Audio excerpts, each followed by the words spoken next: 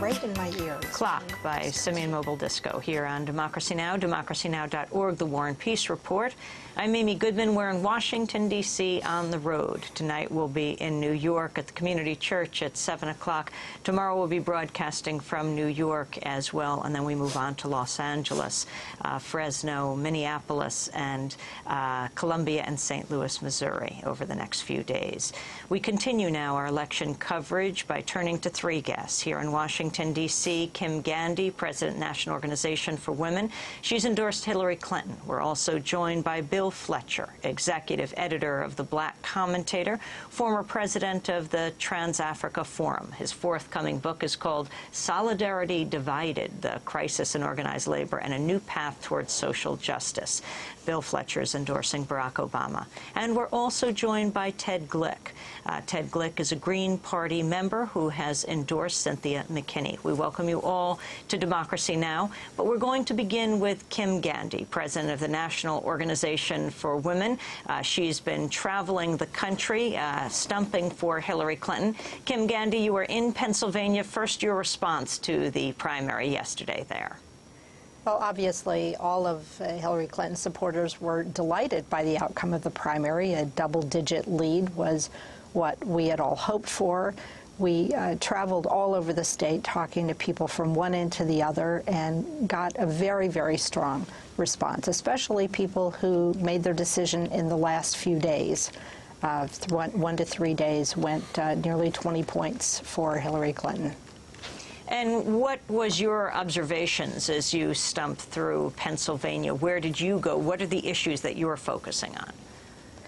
My focus was on behalf of the National Organization for Women, PAC. I was talking about women's issues and things that affect women and families and what Hillary Clinton has done and how she's worked with us and worked on these issues all the way back to the Equal Rights Amendment campaign in the 70s and early 80s, right up to working for equal pay and the Fair Pay Act, which, by the way, is coming to the floor tonight. Senator Clinton will be flying back to vote on that and to speak on the floor.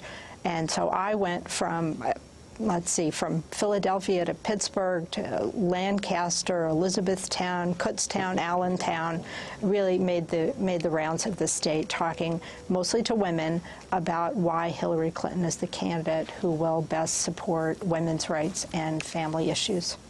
Bill Fletcher, you have endorsed Barack Obama. You're executive editor of the Black Commentator. Why? And your response to his defeat yesterday in Pennsylvania.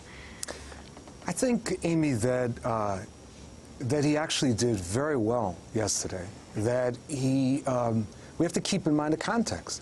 He was expected to lose Pennsylvania. He was expected by many people to lose substantially in Pennsylvania. He closed the gap. I think that he, all things considered, did quite well, and the campaign has simply not lost momentum.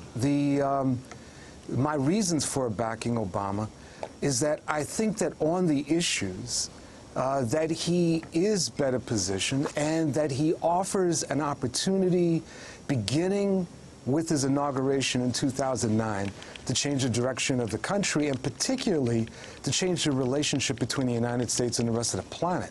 So I'm excited about the possibilities, and I'm not despairing. I mean, let's keep the context in mind. I think he did quite well.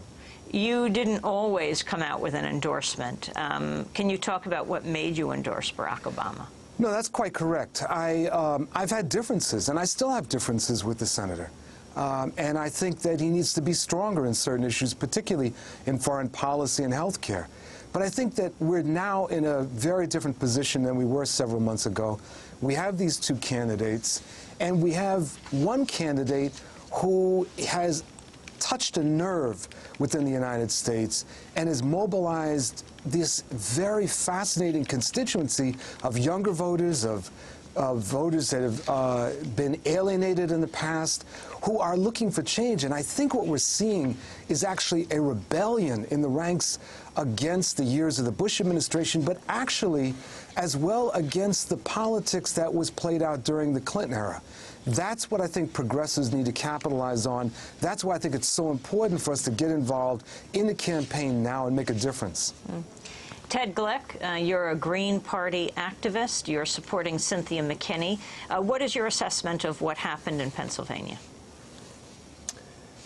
The problem with what happened in Pennsylvania, as happened in all of the other states where there have been elections, Democratic primary elections, particularly since it's been Obama and Clinton, is that major issues are just not being addressed. We have no candidate, no horse in the race who is calling for single-payer universal health care, for example.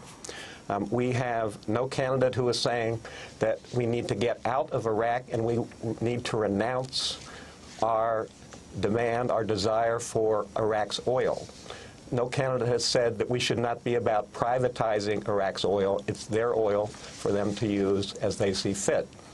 We have no candidate who is against the building of more coal plants. Both Hillary Clinton and Barack Obama support so-called clean coal, which is an oxymoron. There is no such thing. Both Hillary Clinton and Barack Obama support nuclear power, which is not a solution to the climate crisis. So the problem that we have is that until the media begins to cover other candidacies that are out there, Cynthia McKinney is the likely candidate of the Green Party when it holds its convention in July. We need options, we need alternatives, we need consistent progressives out there. That's what Cynthia McKinney offers. That's why I support her. I wanted to go back to Kim Gandy and ask you about the whole issue of the Democratic Party being divided right up until the convention, that this is a key moment for Democrats unless they destroy each other before the election. Your response, Kim Gandy. Well, if you look back at Bill Clinton, he didn't get the nomination. He didn't clinch the nomination, at least, until June. So I don't think there's any real problem with the race carrying on until June. And in fact, it seems to be inspiring people. We get more and more new Democratic registrations every day. The Democratic voters, the Democratic electorate is turning out in record numbers for primaries across the country. Clearly, the Democrats are electrified by the choices that they have. And so I think that this is good for the party and frankly, keeps John McCain completely out of the news. The quote of the New York Times, the editorial that they just did called The Low Road to Victory, saying it's past time for Senator Hillary Rodham Clinton to acknowledge that the negativity for which she's mostly responsible does nothing but harm to her, her opponent, her party, and the 2008 election. Well, I really disagree with that. My experience with this campaign has been that certainly the negativity that I've seen has been coming from Senator Obama. He went sharply on the attack the last few days, and that really shows up in the fact that the people who decided in the last few days went for Senator Clinton. I think that's because of the very, very sharply critical attacks that he's made. But you know what? He hasn't had to do much challenging of Senator Clinton because the mainstream media has done that for him. She has focused on her experience. He's the one who's been making character attacks and questioning whether she's trustworthy. Why do you think that Hillary Rodham Clinton hasn't endorsed single payer, Kim Gandy? You know, she has had a commitment to health care for as long as I've known her and has taken, she started off trying to do it big and got hit with Harry and Louise. And in fact, Senator Obama's ads really echoed Harry and Louise. They look just like the picture of Harry and Louise, even a husband and wife sitting around the dinner table with the bills in their hands, criticizing her in the same way that her original plan was criticized. But I think what she learned from that experience is that we can go only so far, one step at a time. But she's taken the biggest bite. Her plan would cover every single American, would not leave anyone out. We, as at the National Organization for Women, certainly support single-payer universal coverage. That would be our first choice. I wish our candidate were endorsing that, but her plan, nonetheless, is the best one out there and covers everyone. Bill Fletcher, Let me ask you the question of single payer as well. Why Barack Obama, you think, has not endorsed a single payer health care system which takes out the insurance industry and their profits from the health care equation? Well, Amy, I can give this answer, but very bluntly, in part because I'm not speaking for the campaign. I actually think he's been playing it too safe.